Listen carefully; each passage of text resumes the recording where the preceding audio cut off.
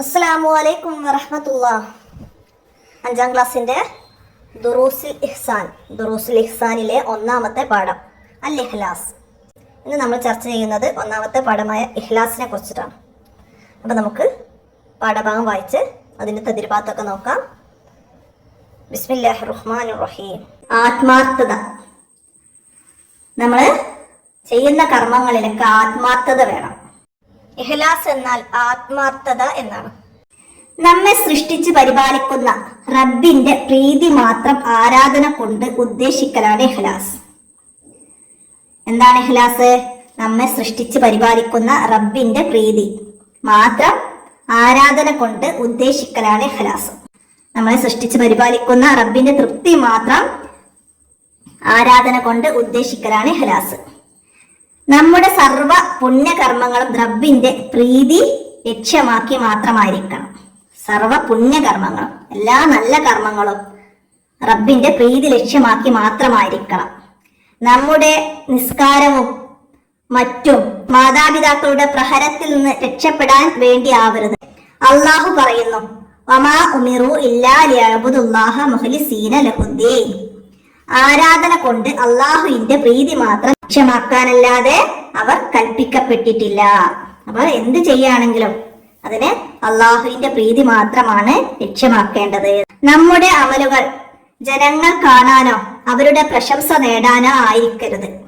നമ്മുടെ പഠന ലക്ഷ്യം അള്ളാഹുവിന്റെ പ്രീതി ആയിരിക്കണം.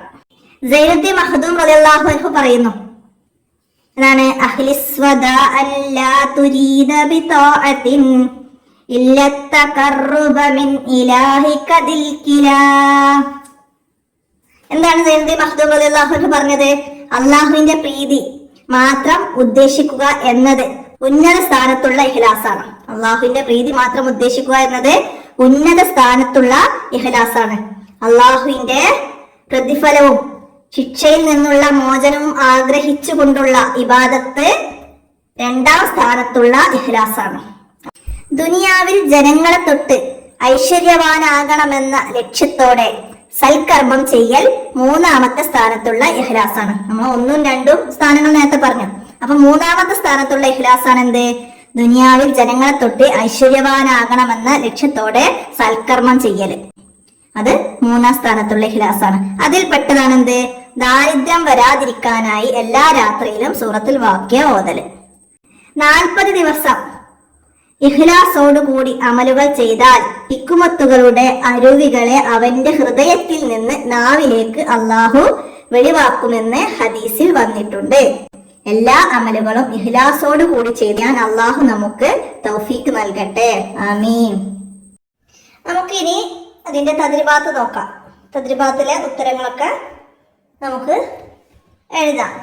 എന്താണ്? ഒന്നാമത്തെ ചോദ്യം, ഇഖ്ലാസ് എന്നാൽ എന്ത്? എന്താണ് ഇഖ്ലാസ് എന്നാല്? നമ്മെ സൃഷ്ടിച്ച് പരിപാലിക്കുന്ന റബ്ബിന്റെ പ്രീതി മാത്രം ആരാധന കൊണ്ട് ഉദ്ദേശിക്കലാണ് ഇഖ്ലാസ്. അപ്പൊ നമുക്ക് ഒന്നാമത്തെ ചോദ്യത്തിന് ഉത്തരം എഴുതാം. ഇനി രണ്ടാമത്തത്, ഉന്നത സ്ഥാനത്തുള്ള ഇഖ്ലാസ് ഏതാണ്? ഏതാണ് ഉന്നത സ്ഥാനത്തുള്ള ഇഖ്ലാസ്? അള്ളാഹുവിന്റെ പ്രീതി മാത്രം ഉദ്ദേശിക്കുക എന്നത് ഉന്നത സ്ഥാനത്തുള്ള ഇഖ്ലാസാണ്. അള്ളാഹുവിന്റെ പ്രീതി മാത്രം ഉദ്ദേശിക്കുക എന്നത് ഉന്നത സ്ഥാനത്തുള്ള ഇഖ്ലാസാണ്. മൂന്നാമത്തെ ചോദ്യം, സൂറത്തുൽ വാഖിയ ഓതിയാലുള്ള നേട്ടം എന്താണ്? എല്ലാ ദിവസം രാത്രിയില് സൂറത്തുൽ വാഖിയ ഓതിയാൽ ദാരിദ്ര്യം വരാതിരിക്കാൻ കാരണമാകും. ദാരിദ്ര്യം വരാതിരിക്കാൻ കാരണമാകും. നാലാമത്തെ ചോദ്യം, ഹിക്മത്തിന്റെ അരുവികളെ ഹൃദയത്തിൽ നിന്ന് നാവിലേക്ക് അള്ളാഹു വെളിവാക്കി കൊടുക്കും. ആർക്ക്? 40 ദിവസം ഇഖ്ലാസോട് കൂടി അമലുകൾ ചെയ്താൽ 40 ദിവസം ഇഖ്ലാസോട് കൂടി അമലുകൾ ചെയ്താൽ ഹിക്മത്തുകളുടെ അരുവികൾ അവന്റെ ഹൃദയത്തിൽ നിന്ന് നാവിലേക്ക് അള്ളാഹു വെളിവാക്കി കൊടുക്കുമെന്ന് ഹദീസിൽ വന്നിട്ടുണ്ട്. അടുത്തത് പൂരിപ്പിക്കാനാണ്. നമ്മൾ പാഠഭാഗത്തില് പഠിച്ചു. എന്താണ്? അഖ്ലിസ് വദാഅൻ ലാ തുരീദ ബിതാഅത്തിൻ ഇല്ല തഖർറുബ മിൻ ഇലാഹിക ദിൽകിലാ. അതവിടെ വിട്ട ഭാഗം പൂരിപ്പിച്ചു കൊടുക്കുക. അടുത്തത് ഇനി ആശയം കണ്ടെത്താനാണ്. വമാ ഉമിറു ഇല്ലാ ലിയഅ്ബുദുല്ലാഹ മുഖ്ലിസീന ലഹുദ്ദീൻ.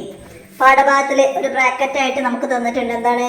ആരാധന കൊണ്ട് അള്ളാഹുവിന്റെ പ്രീതി മാത്രം ലക്ഷ്യമാക്കാനല്ലാതെ അവർ കൽപ്പിക്കപ്പെട്ടിട്ടില്ല. അതായത് ഒരു കർമ്മം ചെയ്യുമ്പോൾ അത് അള്ളാഹുവിന്റെ പ്രീതി മാത്രമേ ലക്ഷ്യമാക്കാവൂ എന്നാണ് നമുക്കതിൽ നിന്ന് മനസ്സിലാക്കാണ്ട്.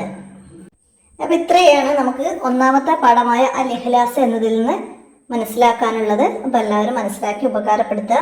നമുക്ക് അടുത്ത പാഠവുമായി അടുത്ത വീഡിയോയിൽ കാണാം. കൂട്ടുകാർക്കൊക്കെ വീഡിയോ ഷെയർ ചെയ്ത് കൊടുക്കാം.